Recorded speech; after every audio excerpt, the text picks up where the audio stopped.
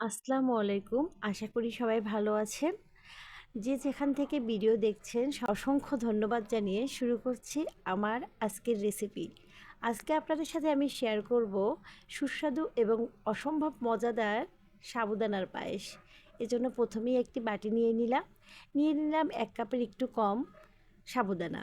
এবার আমি এখানে পানি দিয়ে বারবার সাবুদানাটা পরিষ্কার করে ধুয়ে নিলাম। বারবার পানি পাল্টিয়ে ধুয়ে নিয়েছি। সাবুদানাগুলো আমার পরিষ্কার করে ধুয়ে নেওয়া কমপ্লিট। এবার আমি আবারও পানি অ্যাড করে এই সাবুদানাগুলোকে ভিজিয়ে রাখবো 1 ঘন্টার জন্য। 1 ঘন্টা পর সাবুদানা থেকে পানি ঝরিয়ে একটা সাইডে বাটিটা রেখে চুলার উপরে আমি একটা হাঁড়ি দিয়ে দেব সাবুদানার পায়েস রান্না করার জন্য। এখানে আমি ফুটন্ত গরম পানি দিয়ে দিয়েছি। দিয়ে দেব এখন 1 কাপ গুঁড়ো দুধ।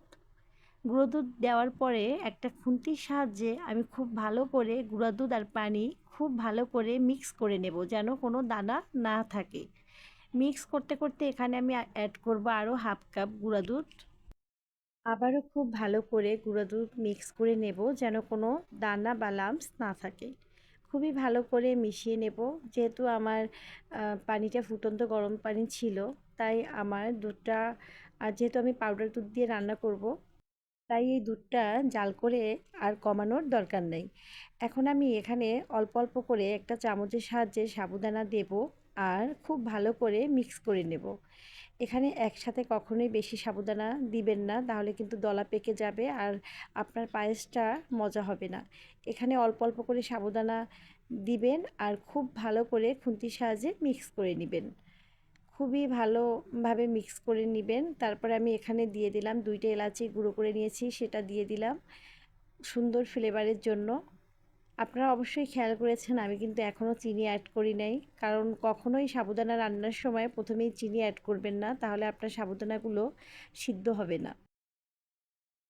সাবুদানাগুলোর কালার চেঞ্জ হয়ে সাদা হয়ে গেছে, তার মানে আমার সাবুদানাগুলো সেদ্ধ হয়ে গেছে। এখন আমি এখানে অ্যাড করব চিনি। চিনিটা এখানে যে যার স্বাদ মতো দিবেন। কেউ কেউ একটু বেশি মিষ্টি খেতে পছন্দ করেন, কেউ বা একটু কম।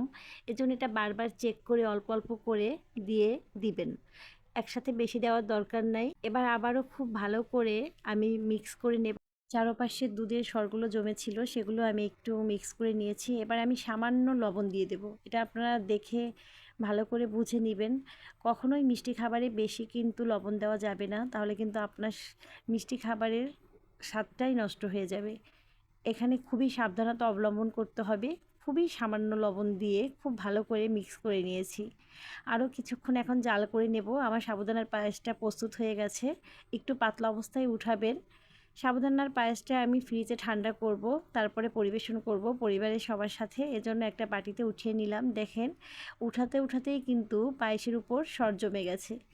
কী যে অসম্ভব মজা এই সাবুদানার পায়েস! অবশ্যই খাবেন, সাথে পরিবারের সবাইকে খাওয়াবেন। আশা করি আপনাদের আজকের রেসিপি ভালো লেগেছে। ভালো লাগলে অবশ্যই বন্ধুদের সাথে শেয়ার করবেন। সবাই অনেক বেশি ভালো থাকবেন। আমার জন্য দোয়া করবেন। আল্লাহ হাফেজ।